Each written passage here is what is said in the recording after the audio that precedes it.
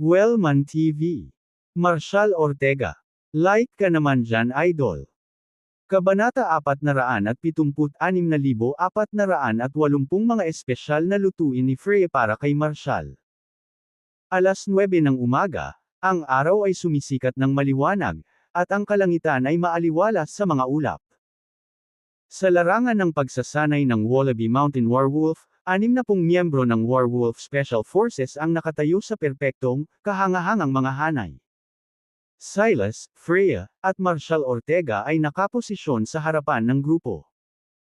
Ang kapaligiran ng buong field ay sinisingil ng isang pakiramdam ng lakas ng loob.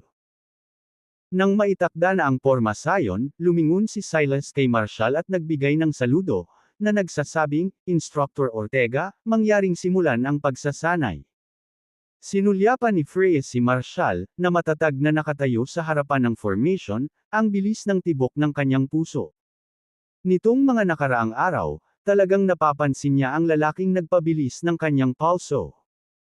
Kahit na nakaramdam siya ng ilang pagkahumaling kay Marshall sa Harmonfield, hindi niya pinahintulutan ang kanyang sarili na makaramdam ng kaba o pananakot. Gayunpaman, pagkatapos ng isang misyon sa pagsadjep, alam niyang tiyak na nakuha nito ang kanyang puso. Ito ay isang pakiramdam na hindi niya kailanman nakatagpo sa kanyang buong 20 taon. Nais niyang mapalapit sa misteryosong lalaking ito, makapasok sa kanyang mundo, at maranasan ang kanyang mapang-akit na pang-akit sa mas malalim na antas. Mga kapatid kong werewolf. Isang hakbang pasulong si Marshall. Dahil ginawa akong punong tagapagturo ng punong himpilan, ang layunin ay simple, tiyaking mapapanatili ng werewolf ang titulo nito sa huling round ng Military Martial Tournament. Ito ay isang kahilingan mula sa punong tanggapan ng militar. Gayunpaman, ang layuning ito ay masyadong mababa para sa akin. Sa aking diksyonaryo, mayroon lamang kampyon at nanalo. Kasi, bilang sundalo, kung hindi ka champion, kung hindi ka nanalo, baka patay ka na. Ito ang batas ng malakas. Ito ang hindi masisira na panuntunan ng larangan ng digmaan. Narinig ko na ang kasaysayan ng werewolf. Dati ito ang nangungunang combat team sa Special Operations Military Region. Iyon ang ipinagmamalaking legacy ng werewolf. Ngunit sa loob lamang ng ilang taon, paano nahulog ang werewolf kung nasaan ito ngayon? Ito ang kahihiyan ng werewolf. At ito ay iyong kahihiyan. Kahapon, ang ilan sa inyo ay nakasaksi ng isang malupit na rescue mission ng malapitan. 4 sa ating magkakapatid na werewolf ay nagbuwis ng kanilang buhay para sa karangalan ng werewolf. Sana ay magkaroon ka ng lakas ng loob na lumaban hanggang sa wakas at masiguro ang pangwakas na tagumpay sa militar na ito. Tournament. Sa sandaling iyon, dadalhin mo ang mga abo ng mga bayaning ito at ibabalik sila sa kanilang mga tahanan. Upang ang mga pamilya ng ating isinakripisyo na mga kasama ay makapagbasa-basa din sa walang hanggang kaluwalhasyang natamo ng mga bayaning ito. Ngunit kung matalo tayo sa torneo na ito, mawawala ng titulo ang werewolf, at ang 4 na magkakapatid na nagbuwis ng kanilang buhay ay maiiwan bilang mga gala, nakalimutang espiritu. Gusto mo bang makakita ng ganoong resulta? Paano mo haharapin ang mga pamilya ng iyong mga isinakripisyong kapatid kung gayon? Sa sandaling iyon, ang lahat ng 60 werewolf na kasama sa malawak na larangan ng pagsasanay ay nagpakawala ng galit na umalangaw sa kalangitan. Para sa karangalan ng werewolf, lalaban tayo hanggang sa ating huling hininga. Parehong naantig sina Silas at Freya sa makapangyarihang mga salita ni Marshall.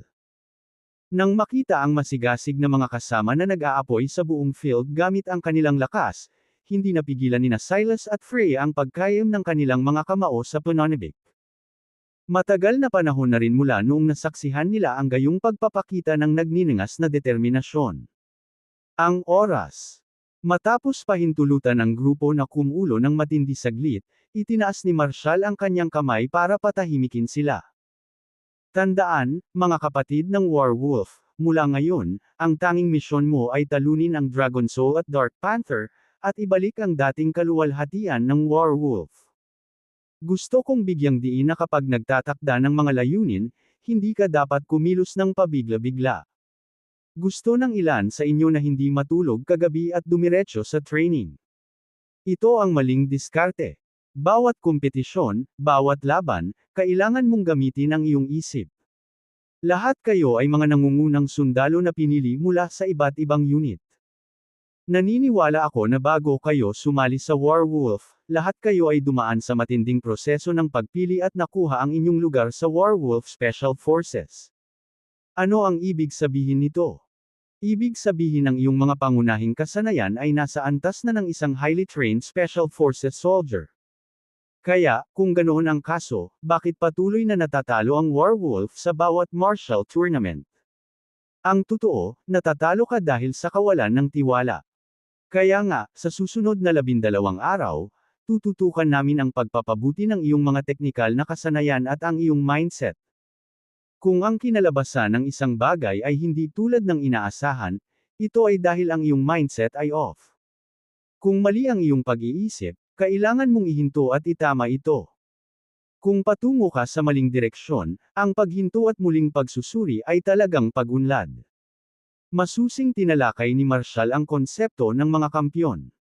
Sa buong umaga, ang mga miyembro ng Warwolf ay nakatuon sa paglipat ng kanilang mga lumang diskarte sa labanan.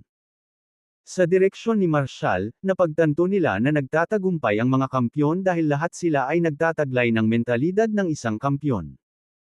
Sa pagtatapos ng sesyon sa umaga, pagkatapos ng matinding pagsasanay sa pag-iisip, ang 60 miyembro ng Warwolf ay nagbuhos ng kanilang pagkahapo, bawat sundalo ay nakakaranas ng makabuluhang pagbabago. Pagkatapos ng pagsasanay, personal na inihanda ni Frey ang 2 ulam para kay Marshall sa maliit na karinderya. Ang isa ay honey garlic pork, at ang isa naman ay spicy beef. Pagkapasok ni Marshall sa restaurant ay sumugod si Frey mula sa likuran, bit-bit ang mga pinggan. Samahan mo ako sa private room. Pribadong kwarto. Tanong ni Marshall na nakatingin kay Freya na parang asawa niya. Hinayla siya ni Freya. I asked the chef to cook these 2 dishes just for you. Para sa akin lang. Napansin tuloy ni Marshall ang 2 plato ng matamis na pagkain na hawak niya. Iritadong ungol ni Freya, hindi lang ito para sa iyo, ikaw ang chief instructor, at karapat-dapat kang tretuhin ng ganito. Tara, hindi masarap pag nilalamig. Nang mapansin ang kanyang nalilitong hitsura, binigyan siya ni Freya ng isang mabilis na sipa. Bilisan mo. Urgent. Natigilan si Marshall. Ito ba talaga ang ipinagmamalaking Coronel Freya? Bilisan mo. Urgent. Ginaya ni Talia ang tono ni Freya at tumakbo mula sa likuran. Ang cafeteria ay naglalaro ng mga paborito ngayon, iba ang pagkain ni Mr. Marshall sa atin. Napatingin si Talia sa pagkain na nasa kamay ni Freya. Honey garlic pork, paborito ko. Gusto ko rin ng karne. Wala ka na bang karne sa plato mo? Mabilis na tumabi si Freya. Hindi masarap ang karne sa plato ko. I want to try Mr. Marshall, instead. Umalis ka na. Bakit gusto mo ang karne ni Marshall? Hindi mo makakain ang laman niya. Iyong kainin mo na lang. Tinabi ni Freya si Talia, sinunggaban si Marshall, at nagmamadaling pumasok sa private room na parang tumatakas. Pagkapasok nila sa private room ay mabilis na nilock ni Freya ang pinto. Tumingin sa kanya si Marshall at tumawa, kakain lang tayo, bakit parang nag-uusap tayo? Don't mind her. She's been spoiled by Investigation Division 7. Sumilip si Freya sa bintana para masigurado, 4 na kabanata 476 na mga espesyal na lutuin ni Freya para kay Marshall. Walang tao. Pagkatapos, dumampot siya ng isang piraso ng pulot na bawang na baboy at ipinakain kay Marshall. Gusto ko ng gamit. Nanginginig ang kamay ni Freya habang hawak ang piraso ng karne. Pagtingin niya sa gilid, napansin niya ang isang pares ng malalobo na mga mata na nakatingin sa honey garlic na baboy sa bintana ng pribadong silid. Talia, titigil ka na ba? Freya, gusto ko ring kumain ng baboy na yan. Idiniin ni Talia ang kanyang mukha sa salamin, nagbigay ng mapaglarong pout. Hindi, espesyal itong ginawa para kay Instructor Ortega. Hindi siya pinansin ni Freya at nagmamadaling pinakain ang baboy kay Marshall. Hindi pa natatapos si Marshall sa paglunok ng unang piraso ng karne nang mabilis na itulak ni Freya ang pangalawa sa kanyang bibig, halos mabulunan siya.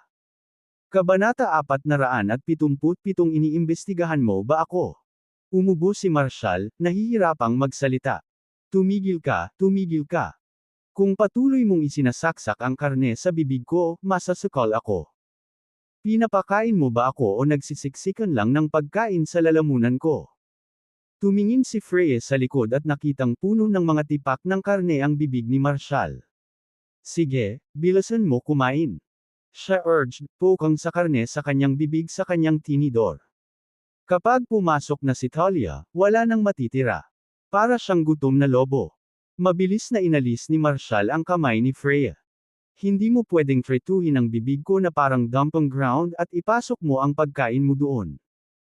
Sinulyapan ni Freya ang mukha na nakadikit sa bintana at bumantong hininga, sige, sige, naiintindihan ko. Marshall, I'll go let her in. Hindi tamang iwan siyang sumisigaw sa labas ng ganyan. Inilapag niya ang isang plato ng karne patungo sa kanya. Tara, pusa. Ilang piraso na lang ang natitira. Tapusin mo na dali. Tinitigan ni Marshall ang mukha nitong nag-aalala, nawalan ng salita. Sa totoo lang, sa tingin mo ba hindi pa ako nakakakain ng karne dati? Tara, bilasan mo kumain. Udyok ni Freya sabay tingin sa labas. Masyadong oily. Napaungol si Marshall, naglabas ng isang tipak ng taba. I haven't even had a proper bite, and you're already pushing fatty pieces into my mouth. Hindi man lang ako nakatikim, ang laman mo ay nakabara sa lalamunan ko. Sinulyapan ni Freya si Marshall, ang kanyang bibig ay may mantika, at awkward na tumawa. Sorry. Baka panasan mo muna yung bibig mo. Freya, pwede rin bang kumain? Boses ni Talia, tumatawag mula sa labas. Nakakainis talaga siya. Ungol ni Freya, nakasilaw sa bintana habang atubiling buksan ang pinto. Wow! May natitira pang karne. Ako na ang kukuha. Sabik na hinayla ni Talia ang honey garlic pork mula sa harapan ni Marshall papunta sa kanyang tagiliran. Napabuntong hininga si Freya, such a greedy puppy. Call me whatever you like, basta may pagkain. Nagkibit-balikat si Talia, walang kibo, at mabilis na pinakintab ang baboy sa plato niya. Sige na, kumain ka na. Parang baboy ang nilalamon mo. Pinagmasdan ni Freya si Talia na lobo na bumababa sa pagkain at tinapunan siya ng tingin.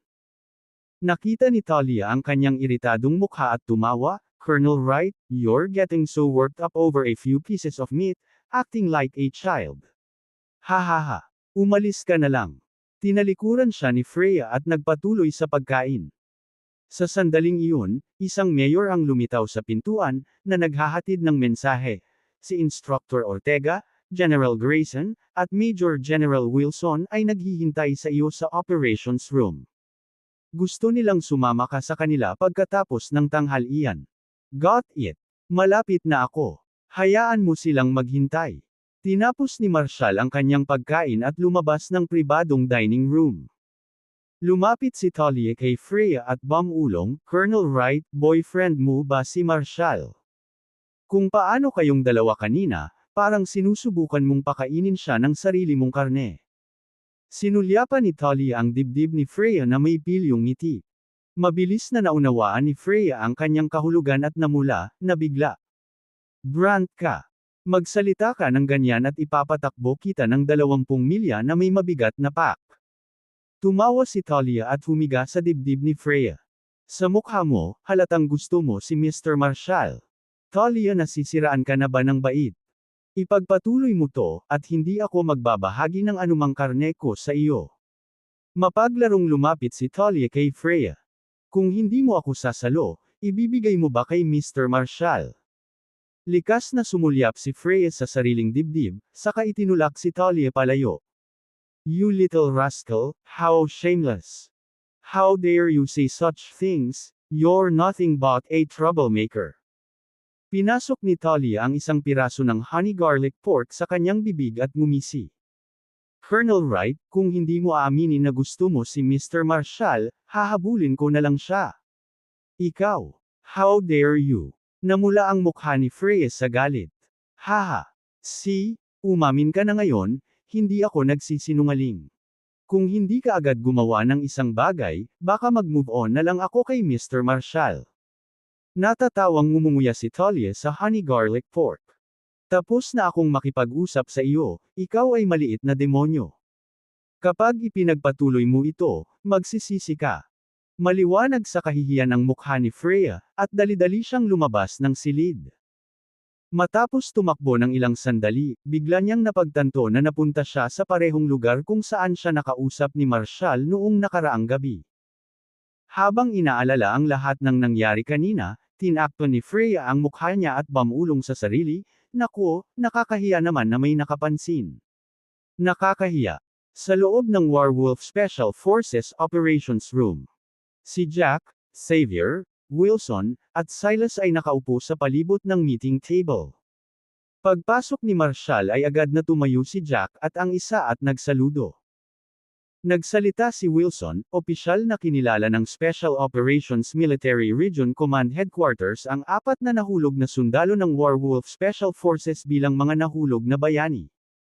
Ayon sa kanilang huling kagustuhan, hiniling ng apat na namatay na bayani na ibalik ang kanilang mga abo sa kanilang sariling bayan para ilibing. As per the headquarters decision, ang mga gamit ng mga nasawing sundalo ay ilalagay sa Eternal Honors Cemetery. Ang kanilang mga abo ay ibabalik sa kanilang tahanan, at ang lokal na pamahalaan ang bahala sa pag-aayos para sa kanilang libing.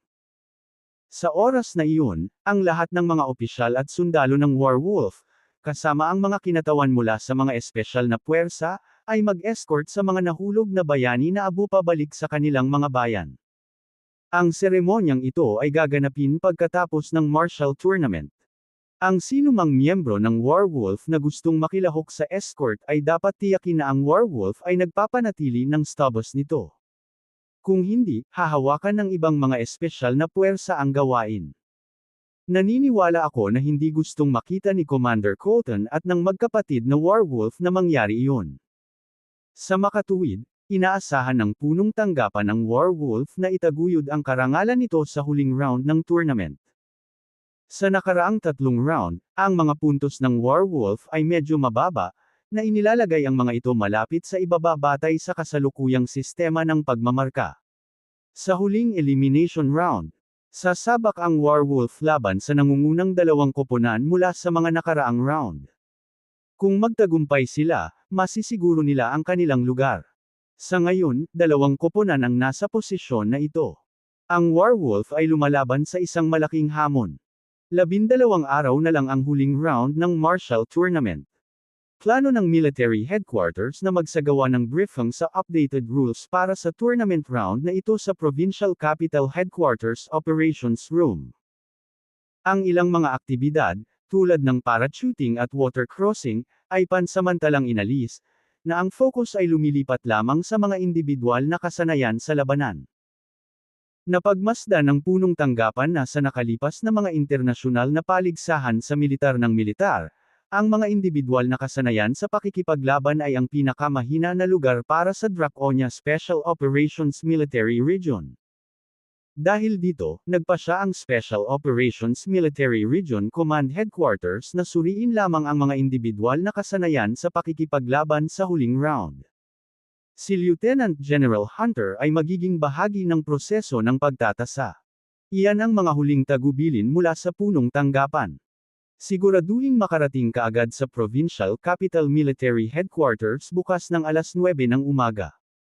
Sa sandaling iyon, nilingan ni Wilson si Marshall at sinabing, "Instructor Ortega, iiwan ko ang Werewolf sa iyong mga kamay."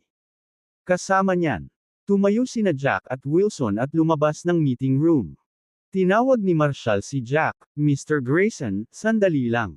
Natahimik ang kwarto sa gulat. Sumulyap si Jack kay Marshall, senyales na lumabas na sina Wilson, Silas, at ang iba pa. Itinuon ni Marshall ang kanyang tingin kay Jack, dahilan para medyo hindi siya mapalagay. "Bakit? Bakit ganyan ka makatingin sa akin? Bakit ako nakatingin sa'yo?" Naging seryoso ang ekspresyon ni Marshall. "Iniimbestigahan mo ba ako?" Bago sumagot si Jack, nasulyapan niya ang isang mabangis at nakamamatay na layunin sa mga mata ni Marshall. "Alam mo ba ang kahihinatnan ng pag-iimbestiga sa akin? Kabanata 478 Agad-agad recall yaong black-suited bodyguards. Kabanata 478 Kaagad recall that black-suited bodyguards. Isang nakakakilabot na alon ng pagkabalisa ang bomb-alot kay Marshall, na pumipindot ng malakas. Sa kauna-unahang pagkakataon sa mga edad, naramdaman ni Jack ang matinding bigat ng presensya ng iba na nagpapahirap sa kanya. Ang apurahan at nakakasikip na sensasyon na iyon ay isang bagay na naranasan lang niya noon sa presensya ni Dragon Slayer at Young Lord Dragon. Kakaunti lang ang maaaring magpataw ng ganoon kalakas na pakiramdam ng tensyon sa kanya. Nang mapanood ang palaipat-lipat na ekspresyon ni Jack, biglang tumawa si Marshall. Matanda, tinakot ba kita? Noon lang naramdaman ni Jack ang pagbitaw, ang kanyang tensyon ay nabawasan. Iminulat ni Jack ang kanyang mga mata at pinagdikit ang kanyang mga labi. Oo, tinakot mo nga ako. Saglit doon, parang gusto mo talagang tapusin ako. Nang magsimula siyang magpahinga, sumili ang isang malabong ngiti sa kanyang mukha. Then, without warning, tumigas ang ekspresyon ni Marshall. Natatakot ka ha? Saka bakit ka nag-imbestiga? May ideya ka ba kung saan napunta ang mga nag-imbestiga sa buhay ko? Malamig na pagpapatuloy ni Marshall. Let me make it clear. Namatay silang lahat.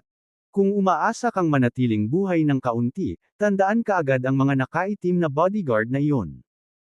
Kung hindi dahil sa halos kaakit-akit mong hitsura, matagal na silang namatay. Kaakit-akit. Natigilan si Jack, nagulat. Sharing lang ba ang tawag niya sa akin? Ngumisi si Marshall. Simula pa lang nung una mo akong nakilala, nakabuntot na sa akin ang mga tauhan mo. Nakita mo ang iyong mga mata sa lahat ng mga kalsada sa paligid ng Dragon Ridge Valley at Dawnspire Mountain, kahit na pinapanatili ang malayuang pagsubaybay sa paligid ko. May maliit na kamera na nakatago sa mga puno sa tabi ng daan ng Dawnspire Mountain kada 20 yarda. Ang talino mo, matandang lalaki. So, what is it you're so desperate to know from me? Magtanong ka lang. Diretso kong sasabihin sa'yo. Nakaramdam si Jack ng lamig sa kanyang gulugod sa kanyang mga sinabi, isang malamig na pawis ang tumutulo sa kanyang noo. I'm looking into a case about 2 bodies at West Hill Cemetery. Baka, nagkataon lang. Gumapang ang labi ni Marshall sa isang ngisi. Isang pagkakataon. Sino sa tingin mo ang niloloko mo? Napakaraming coincidences ang nangyayari sa paligid ko. Hindi ba sa tingin mo ito ay medyo kaina-hinala? May ibinunyag ba sa iyo ang rescue mission kahapon? Dahil doon, yamakap si Marshall sa malapitan, may tipid ng ngiti sa kanyang mukha. Dragon Palace, Dragon Soul, ang 12 dakila. Mga mandirigma. Nanlaki ang mga mata ni Jack na hindi makapaniwala habang nakatitig sa kanyang kalmadong tingin. Paano? Paano mo naman nalaman? Bahagyang ngumiti si Marshall. You caught my attention by digging into my life. So, I decided to find out kung sino ka talaga. Pinalakpakan niya si Jack sa balikat, saka tumalikod para lumabas ng operations room, sabay wave. Huwag mong kalimutan ang sinabi ko. Aalis na ako. Si Jack ay nanatiling nakaugat sa lugar, pinapanood si Marshall na lumalayo bago tuluyang nagpakawala ng mahabang buntong hininga. Basang-basa ang kanyang buong katawan sa pawis, at ang matinding presensya ni Marshall ay nagdulot sa kanya ng tunay na pagyanig. Alam talaga ni Marshall ang tungkol sa Dragon Soul at sa 12 mahusay na mandirigma. Hindi napigilan ni Jack na balikan ang mukha ni Marshall sa kanyang isipan.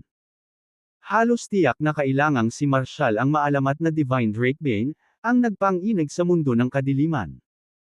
Ngunit maaaring si Marshall ay naghuhukay din sa paputok na kaso ng Dragon Manor mula sa nakalipas na mga taon. Kung hindi, paano pa niya malalaman ang tungkol sa Dragon Soul at sa 12 dakilang mandirigma?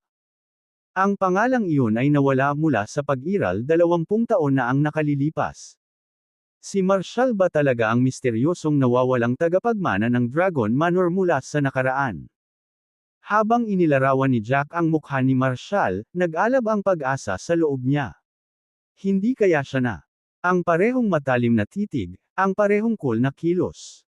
Pinamamahalaan niya ang bawat sitwasyon ng walang kahirap-hirap. Parang wala nang hihigit pa sa utos niya. Ito ay kapansin-pansing katulad. Hindi ka panipaniwala kung gaano ito kapareho. Bumalik si Wilson sa operations room at napansin ang absent expression ni Jack. General Grayson, ano ang nangyayari sa iyo? Bumalik si Jack sa realidad, napagtantong nakatayo siya doon ng halos 20 minuto. Nang mapansin ang pawis na nagbabad sa kanyang damit, nagtanong si Wilson, General Grayson, ano ang sinabi niya sa iyo? Umiling si Jack.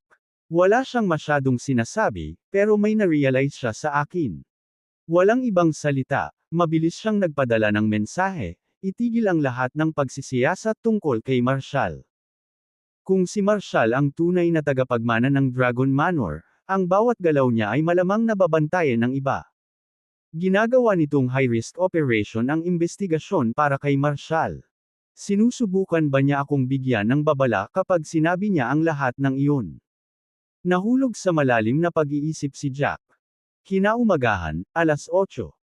Silas, Ernest, Marshall, Talia, Freya, Mark, at ang iba pang pangkat ng Werewolf Special Forces ay nagtungo sa Special Operations Military Region Command Headquarters sa kabisera ng P. Marshall Shah, na nagmamaneho ng 3 jeep war vehicle. Makalipas ang 1 oras at kalahati, nakarating na sila sa kanilang destinasyon.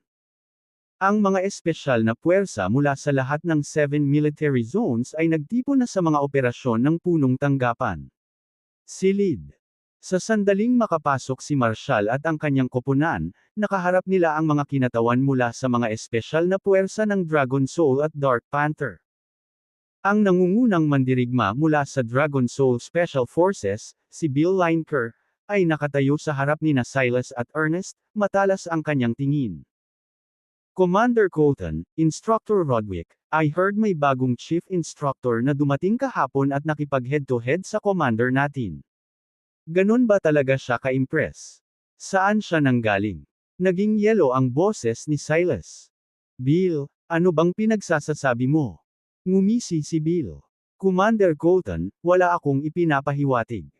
Gusto ko lang makita kung anong klaseng tao ang may lakas ng loob na hamunin si Commander Fenimore. Sumenya si Ernest sa figurang kasama nila, senyales na si Marshall, ang instruktor na nakabangga kay Morris noong nakaraang araw. Ngayon, nakasuot ng casual na damit si Marshall sa halip na uniforme ng militar. Lumapit si Bill kay Marshall, binigyan siya ng masusing tingin. So, ikaw si Instructor Ortega. With that young face, you just some high up son, right? Malapit nang maalis ang werewolf, ngunit narito ka. May balak ka bang magpakatanga ngayon? Sa isang malakas na smack, hinampot siya ni Marshall sa balikat. Nangangatog ang mga paa ni Bill, at muntik na siyang bumagsak sa lupa. A mere major, dying to act this bold in front of me. Malamig ang boses ni Marshall. Napaangat ang boses ni Ernest. Bill, ito si Major General Marshall Ortega, ang punong tagapagturo na espesyal na itinalaga ng punong tanggapan. Ang lakas ng loob mong kumilos ng walang galang sa harap ng isang general. Si Bill, na nasa misyon noong nakaraang araw, ay hindi alam na si Marshall ay may ranggong mayor na general. Natigilan sa revelasyon, ngunit mabilis na nakumpirma ng mga sundalo sa paligid niya ang mga sinabi ni Ernest. Napagtanto ang kanyang pagkakamali, mabilis na nakuha ni Bill ang atensyon at sumaludo.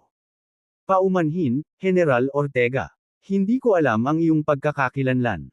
Sa kabila ng kanyang mga salita at kilos, bakas pa rin sa kanyang ekspresyon ang pag-aalipusta. Malamig na wika ni Marshall, sa tingin mo ay karapat-dapat kang ipagmalaki sa ganoong kaliit na kasanayan. Tumabi ka. Walang pag-aalinlangan, tinulak niya si Bill. Napaatras si Bill, biglang sumakit ang isip niya nang hindi makapaniwala. Bilang isang makaranasang mandirigma na may matibay na pundasyon, paano siya madaling itulak ni Marshall sa isang kamay lamang? General Ortega, kahit na nalampasan mo ako, hinahamon kita sa isang duel sa Marshall Tournament sa loob ng 11 araw. Umusad si Ernest at sinabing, Bill, si General Ortega ang punong tagapagturo. Wala kang karapatang hamonin siya. Lumabi ka. Ang punong tagapagturo ay hindi maaaring sumali sa paligsahan. Si Morris ay humakbang pasulong at sumigaw, "Narito kami ngayon upang suriin ang mga patakaran para sa huling laban sa eliminasyon." Special Forces Warrior din ang Chief Instructor, kaya naniniwala akong makakalaban niya. Malinaw na ipinahihiwatig ng kanyang mga salita na gusto niyang makilahok si Marshall sa Military Martial Tournament bilang punong instructor ng Warwolf Special Forces. Hindi siya pinansin ni Marshall at dir-diretsyong naglakad paakyat sa hagdan. Silas, Ernest, at ang iba pa ay mabilis na sumunod sa kanyang hakbang. Pinanood ni Bill si Marshall na umalis at nagpakawala ng mahinang tawa. "Commander Fenimore, ang iyong sinabi kanina ay maaaring natakot kay General Ortega. Ngayon, kailangan nating maglabas ng panukala sa pagpupulong upang matiyak na ang bawat miyembro ng espesyal na puwersa ay makikipagkompetensya sa panghuling laban sa eliminasyon." Ang mga mata ni Morris ay kumikinang na may banayad at komplikadong ngiti. "Sige, gagawin namin ang mungkahing iyon kapag oras na darating. Bill, siguraduhing magsanay ng husto sa mga susunod na araw. Bigyan mo ng kapurihan ang ating Dragon Soul." Talunin ng mayabang na instructor na si Ortega sa publiko, at pagkatapos, tingnan natin kung ang Warwolf ay maglakas loob pa ring kumilos ng napakayabang. Kabanata 479 na Isang Bunch of Fools. Sa Special Operations Military Region Command Headquarters Operations Room. Ang mga kinatawan mula sa mga espesyal na puwersa sa buong 7 military zones ay nagtipon sa paligid ng komperensya. Mesa. Sinulyapan ni Morris si Silas, na nanatiling seryoso ang ekspresyon sa kabuuan at ngumisi. "Commander Colton, tungkol sa taunang Military Martial Tournament at sa Elimination Tournament na ginaganap tuwing 3 taon, naniniwala ako na ang kasalukuyang mga patakaran ay nangangailangan ng ilang pagbabago. Kung ang isang koponan ay bumagsak dahil sa hindi sapat na pangkalahatang mga puntos, ang paglipat ng lahat ng mga miyembro ay tila isang pag-aaksaya ng mahalagang talento." Nagtaas ng kilay si Silas, naiintriga. "Commander Fenimore, ano ang ibig mong sabihin?" "Ang iminumungkahi ko ay para sa elimination round na ito, ang focus ay dapat lumipat patungo sa individual na labanan bilang ang pangunahing criterion para sa pagtatasa. Kasunod ng pangkalahatang paligsahan para sa bawat rehiyon ng militar, lahat ng mga pangunahing miyembro ay lalahok sa isa pang round ng paligsahan. Pipiliin namin ang mga nangungunang talento mula sa mga nabuwag na koponan at pananatilihin namin sila. Sa ganitong paraan, mapapanatili natin ang mga elite na individual na may mga natatanging kasanayan para sa ating mga espesyal na puwersa. Kunin ang Warwolf, halimbawa mga elite na miyembro tulad ng Colonel Ernest at Teniente Mark. Kung sila ay na-reassign sa mga lokal na unit dahil ang kanilang mga koponan ay na-disqualify, ito ay isang tunay na kawalan. Napamura si Freya. "So, ayon kay Commander Fenimore, sigurado ka bang maaalis ang Warwolf sa pagkakataong ito? O marahil ay naghahanda ka na sa pagtanggal ng Dragon Soul?" Tumawa ng mahina si Morris. "Colonel Wright, walang paraan na ang Dragon Soul ay maalis sa kasalukuyang lakas nito. At saka, tayo ang hinahamon ngayon." Tugon ni Freya ng matalim na tono. "Ang iyong mungkahi ay hindi walang merito, ngunit nagmungkahi na rin kami ng isa. Dahil ito ay isang hamon, kung ang isang hinahamon ay natalo, sila ay dapat na maalis din. Sa individual na labanang ito, maaari naming panatilihin ang ilan sa mga nangungunang miyembro mula sa taunang koponan at payagan ang aming Warwolf Special Forces na pumili sa kanila."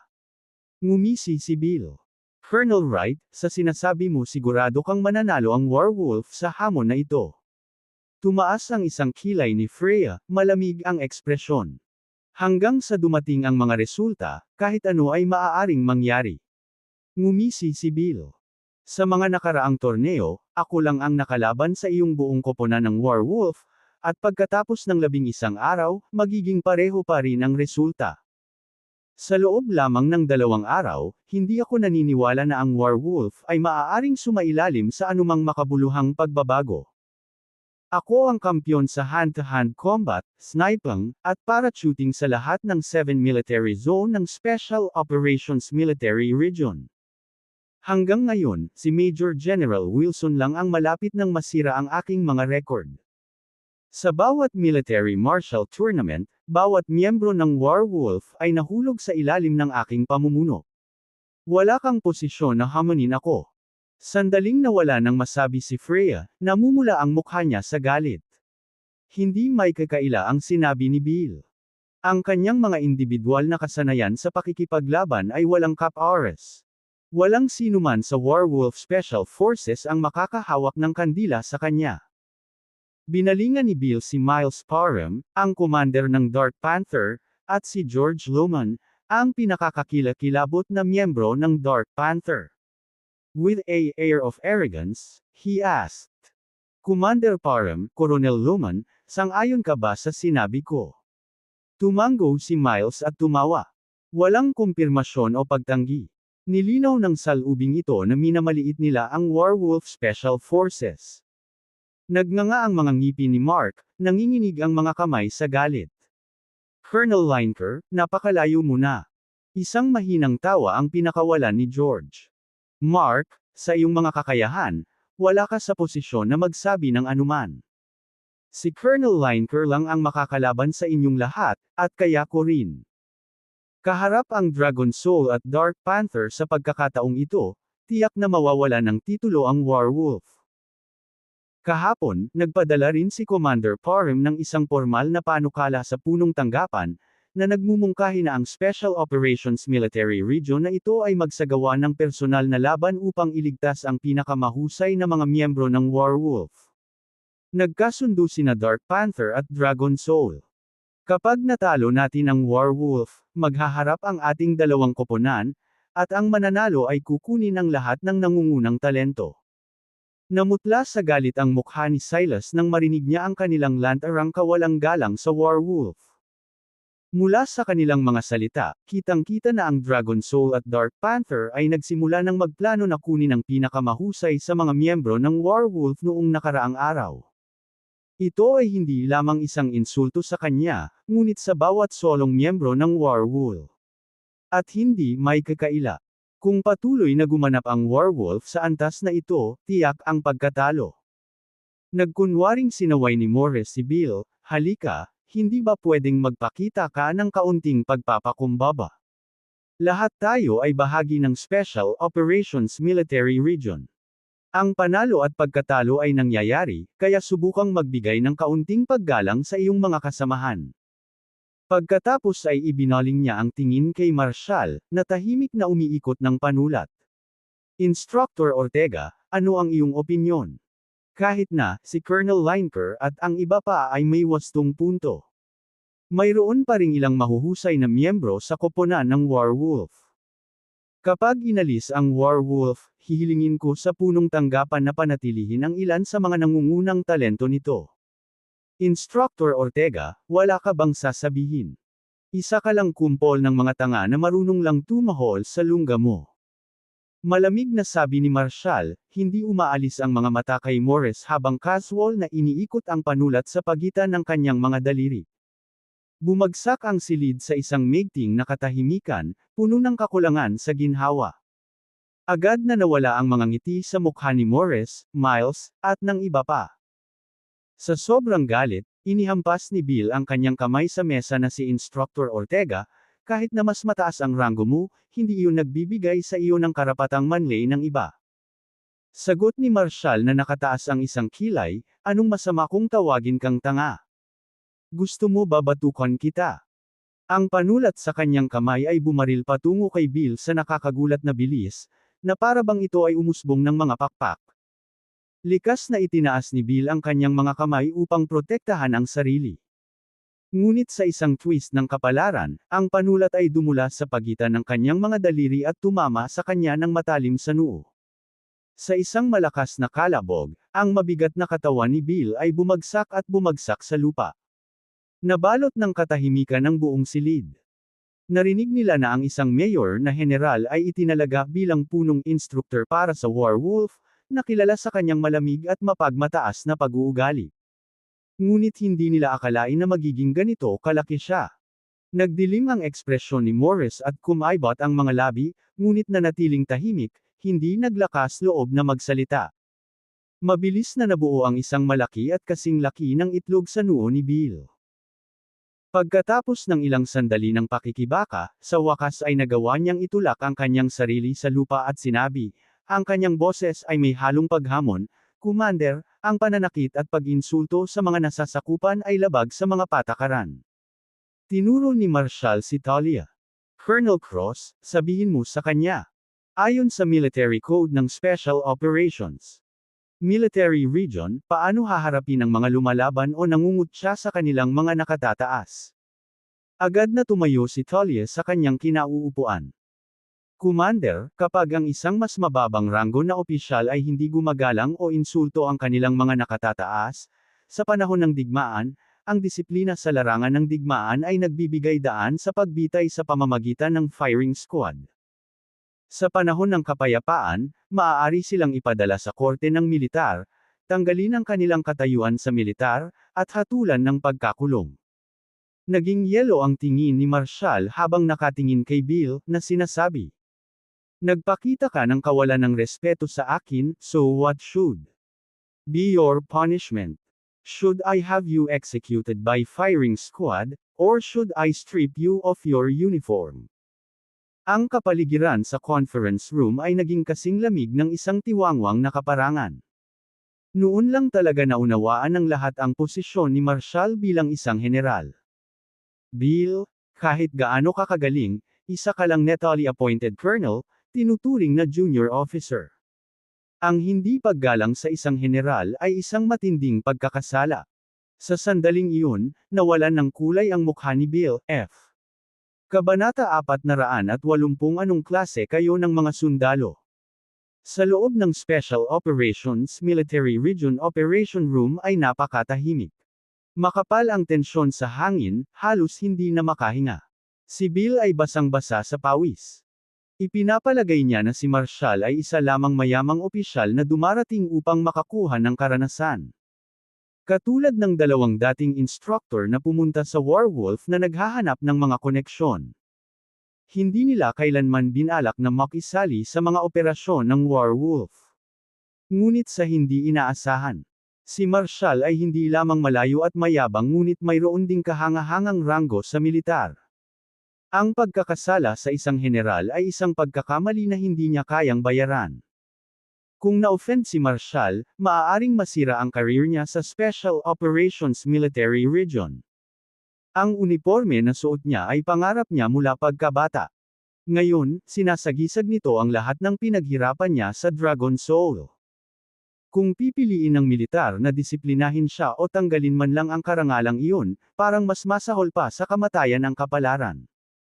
Bagamat nag-aatubili, alam niyang kailangan niyang gawin ang lahat para maprotektahan ang kanyang posisyon. Walang pag-aalinlangan, sumugod siya kay Marshal, nakikiusap kay General Ortega, nagbibiro lang ako, patawarin mo ako. Ako, nagbibiro. Pinitik ni Marshal ang kanyang daliri. Sino ang nagbigay sa iyo ng lakas ng loob para makipagbiruan sa akin? Sagutin mo ako.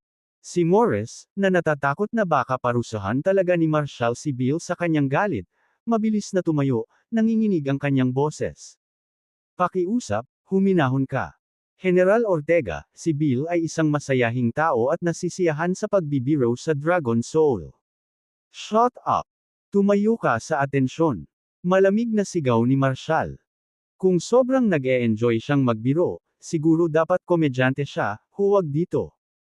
Ikaw, bilang isang pinuno, hinahayaan ang iyong mga nasasakupan na tumakbo ng ligaw, hindi pinapansin ang mga nakatataas, at hindi pinarangalan ang iba. Mga kasama, anong klaseng sundalo ka? Ang mga kasama ay dapat pagkatiwalaan, dapat handang ipagsapalaran ang kanilang buhay para sa isa't isa. Hindi sila nandito para tawanan. Sa ugali na tulad mo, sa tingin mo ba ay makakatabi mo ang iyong mga kasama sa harap ng kamatayan sa larangan ng digmaan? Napakakitid mong tao. Anong karapatan mong magyabang? Kung sa tingin mo ay kaya mo, patunayan mo sa larangan ng digmaan. Ipakita mo sa International Military Martial Tournament. Mga sundalong kinukutya lang ang mga kasama. Sa tingin mo ba ay matapang ka? Ang pagtawag sa iyo ng tanga ay isang kabaitan. Kayong lahat, tumayo kayo ng maayos. Agad na tumahimik si Morris, alam na alam niya ang gravity ng mga salita ni Marshall. At kayong dalawa. Naging yelo ang tingin ni Marshall sa sinabi niya kina George at Miles. Parehong nagmamadaling tumayo ang dalawa, halata ang takot sa kanilang mga mata. General Ortega, nagkamali tayo. Hindi natin dapat kinukutya ang mga kasama ni Warwolf. Mali. Nakatutulong ba ang paghingi ng tawad ngayon? Malamig na ngumisi si Marshall. Ang pangungutya sa sarili mong mga kasama ay ang pinakamalaking kahihiyan na may dudulot ng isang sundalo sa kanilang sarili. Listen to me. Pumila kayong apat sa harap ng pinto.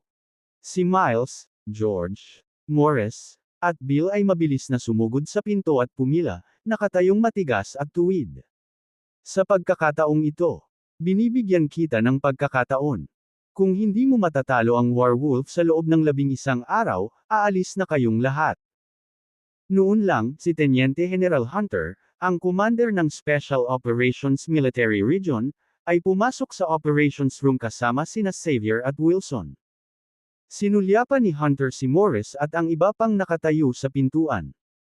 Sa pag-aakalang nakapila na sila para batiin siya, sinenyasan niya ang iba na pumasok sa silid. Sige, papasok na lahat. Sabik na ibinaling nina Morris, Miles, Bill, at George ang kanilang mga mata kay Marshall Ortega. Si Hunter, na nalilito sa kanilang pag-aalinlangan, ay nagtanong, bakit nakatayo lang kayong lahat? Muli, nalipat ang tingin nila Morris, Bill, at iba pa kay Marshall. Nanatiling tahimik si Marshall, ibinaba ang mga mata, at isang matinding katahimikan ang namayani sa silid.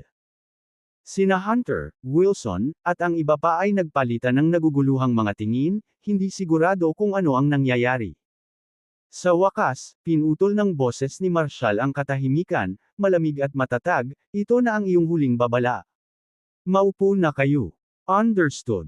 Mabilis na bumalik sa kanilang upuan ang apat. Saglit na hindi nakaimik si Hunter dahil sa nakita.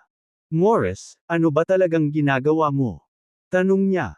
Tumayo, sumagot si Morris, Commander Baxter, binibigyan tayo ng lecture ni General Ortega. Sige, maupo ka na. Tumango si Hunter, saka inabot ang teacup niya sa mesa at humigop ng ilang mabagal. Maya-maya, humakbang si Talia na may dalang tasa ng tsaa para kay Marshall. Mr. Marshall, please enjoy some tea. Sa malaking Special Forces meeting room. Ang maliwanag na boses ni Talia ang tanging tunog na bumasag sa katahimikan. Tumango naman si Hunter kay Talia at binanggit si Xavier sa tabi niya. Not bad. Medyo masipag ang anak ni Simon, ibang-iba sa spoiled na anak.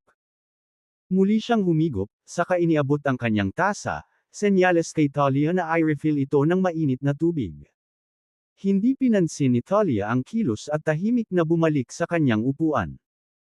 Sinulyapan ni Hunter ang mga dokumento sa harap niya at sinabing, Colonel Cross, buhusan mo ako ng tubig. Naguguluhang tingin, tumugon si Talia. Bakit ko kayo pagsisilbihan? Wala ka bang sariling tauhan? Ayokong lumampas sa aking autoridad. Maya-maya lang, muntik nang bumagsak sa lupa si Ernest na nakaupo sa tabi niya. Pagkatapos ng lahat, siya ay anak ni Mr. Cross, ang direktor ng Security Bureau Division 7. Hindi niya kailangan pang hawakan ng tubig ng commander. Isang pulis mula sa command headquarters ang kaagad na nagbigay kay Hunter ng isang basong tubig. Sinulyapan ni Hunter si Talia na may bahagyang panimula, saka nagpalitan ng ngiti.